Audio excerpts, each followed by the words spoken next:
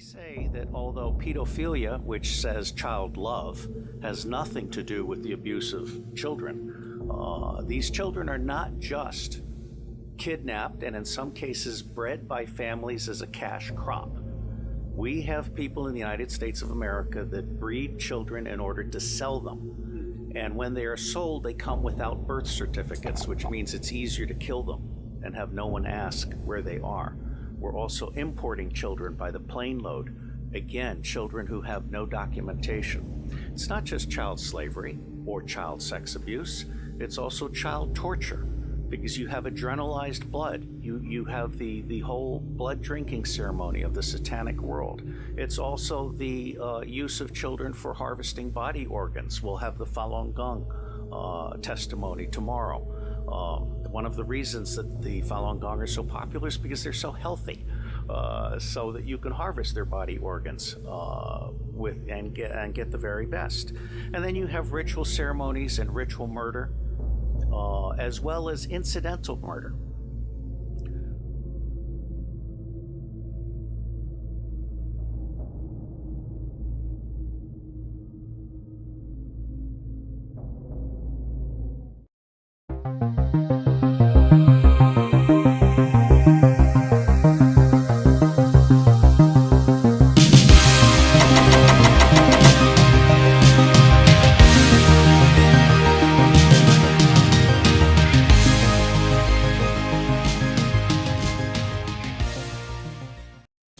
Welcome, fellow digital soldiers of True Reporting.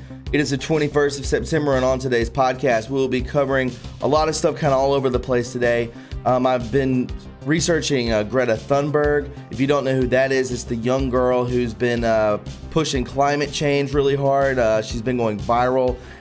Something is a little off with this young girl, and I'm going to show you what it is.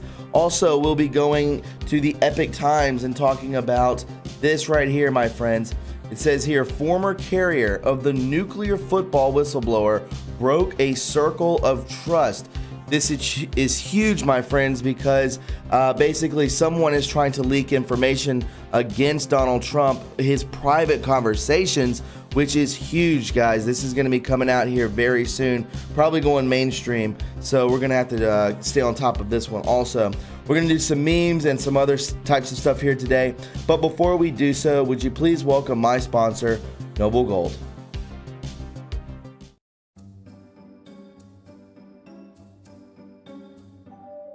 Hi friends, Thomas from True Reporting here. I wanted to tell you about my sponsor Noble Gold and what their plans are for the month of September. For this month, they are giving away a 25% discount on their most popular combo package, the 10-ounce silver bullion bar and the Trump 2020 coin.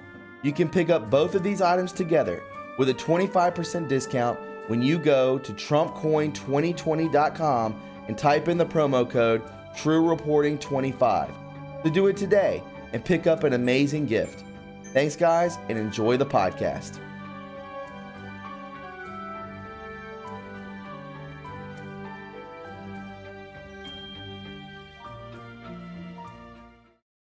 All right, guys, it's good to have you aboard. Before we get into today's podcast, would you please go ahead and click that notification bell so when I post to this channel, you'll be the first to know. Also, please go ahead and click the like button. The more likes that this video receives, the more times it is recommended to other viewers, thus more eyes on the truth. With that being said, my friends, let's go ahead and hop into it. This is True Reporting. So from the intro video with Robert David Steele, I wanted to, what he's talking about, which I can't say because there's a ton of keywords, but you get the gist of it, that there are people out there doing really bad things to kids. We have Aaron Carter here, who is little brother of one of the main singers in the band NSYNC. Says here, he's been kind of going on a Twitter like mayhem almost. Says here, my sister Leslie suffered from bipolar and took lithium to treat it, which is normal. She never liked the way it made her feel, and when she was off of it, she did things that she never meant to do. I truly believe that. I was 10 years old. This, my friends, is what I'm trying to get into, is the MK Ultra aspect of people who are ritually abused, we could say, that they're constantly being abused. They're constantly in the Hollywood eye, the public eye, and this is what they go through. I don't care if you're Jim Carrey. I don't care if you're Robert De Niro. I don't care if you're a singer, songwriter, musician, whatever it is. You're all going to go through it. He continues on. It runs in the family. I never wanted to tell anyone this, but I have to. I went through extensive therapy and treatments, and I have never been diagnosed with bipolar or schizophrenia. I have spent the last 15 years of my life going to therapy for abuse and rape. I've been through many different treatments. I finally found the right treatment. I had my ups and downs. I continue to work on my mental health, and I will soon not have to take anything. My sister raped me from the age of 10 to 13 years old when she wasn't on her medication, and I was abused not only sexually by her, but by my first two backup dancers when I was 8 years old. Do you see? Do you see? And my brother abused me my whole life. Do you understand? It is rampant. Think of Disney. Think of Cosby. Think of Britney Spears, Miley Cyrus. Think of this young man here today. It happens throughout Hollywood. It happens to all of them. Think Isaac Cappy, right? Think of all of it. It's all there, guys. It's all there. Doesn't matter what industry it's in. Now it's Nick's turn to tell the truth of what he did to one of the girls in my family. Since my truth is all out there, and I hope all survivors of assault or rape find peace and justice. He's calling out his brother. Individuals need to pay attention to honesty and recovery because they have to be truthful to others. And above all, they have to be honest with themselves. People who do not develop honestly as a personal quality are more prone to relapse. I hope that anyone who has been abused or raped, even if it's 10, 15, 20 years ago, I hope you also feel the strength to tell your story like I did. Find that strength. You will feel free. Part of the recovery is telling all your truth. I'm not holding on to any baggage, he says. To whoever can't stand the truth and me being honest, you might not like it, but I've never felt better in my life, he says. And it says here, Nick is the Kanye West of your day. No, he isn't. He's the Jeff Epstein. So, guys, like I said, it's all over the place. It's all over the place. It's rampant in the music scene, Hollywood, everywhere, right? Anywhere that's propaganda bullcrap that they throw out to you in the entertainment industry, it's going to be rampant because this is how they brainwash. This is how they blackmail. This is what they do. It's all over in the government, right? Wow, it's unbelievable, but we're seeing another firsthand testimony, right? This is what we're seeing. I wanted to bring you up to speed real quick, guys, with a young girl named Greta Thunberg. If you do not know who Greta Thunberg is, she is a climate activist. Okay, we can see here giving pound to the devil himself. Right here, she's leading. She's the leader of the youth climate change, whatever it is, a bunch of garbage. When adults act like children, children must take action. She's been all over the Daily Show. She's been all over morning news shows, everywhere, guys. But I wanted to show you a picture of what she looks like. This is basically her right here. Okay, just get a good look at her. You see the pigtails, both sides. She always has the pigtails right here, right here. Check this out. We all know what Antifa is, right? We all know. Check this. Boom. This is not photoshopped. You know what? Fascist propaganda poster girl. Eco-fascist propaganda poster girl. These are not the same two people. Do you see what they do? They are trying to pull the wool over your eyes. Look at this. Pigtails, same big forehead, off-center eyes, carrying the you-know-what flag. This is what they do. We are sheep to them, right? They pull the same tricks over and over and over. The Democrat Party, which pushes climate change, is a group of Nazis. This is what they are. They are not. They point the finger, they project onto Republican conservative people saying we are the Nazis, but in fact, they are. This is real, my friends. This is not made up any longer. Eco-fascist propaganda poster girl. This girl has been on every news outlet. She is running thousands and thousands of young people to the streets talking about climate change. She has stood up in front of Congress talking about climate change. This is their propaganda tool. They are coming after these kids younger and younger. Indoctrination into their society, indoctrination into their poisoning ways of life. This, my friends, is dangerous, and we must spread the word of this. This is not how things should be treated. We want the truth. We don't want to be herded as sheep. We do not want these terrible people to be our shepherd, my friends. We must spread this information far and wide. Gross. I found that this morning. Blew my mind, guys. So, let's finish up with this, okay? Former carrier of the nuclear football. If you do not know what a nuclear football is, well, here you go. The nuclear football is a briefcase, the contents of which are to be used by the President of the United States to authorize a nuclear attack while away from fixed command centers, such as the White House Situation Room. It functions as a mobile hub in the strategic defense system of the United States. So, this is a way for him to authorize a nuclear attack. This information, the man who carries this around, is spreading information that is basically should never have been said anywhere else.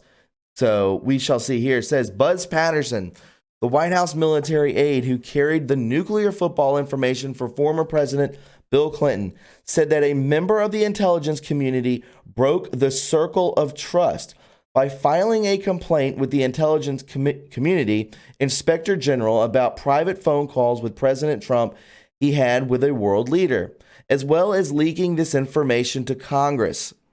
According to media reports, the intelligence official had filed a complaint with the ICIG alleging an appropriate promise made by the president. I was President Bill Clinton's Air Force military aide from 1996 to 1999. Patterson told the Epoch Times, explaining that he lived and worked in the White House while serving Clinton. When it comes to making or receiving phone calls for the president, I was the call screener for calls. When the rest of the staff went home, Patterson said, a lot of the times it was Russia, occasionally China, sometimes Egypt, or the UK. Patterson explained the process by which the president asks military aid to put him on the line with a foreign leader.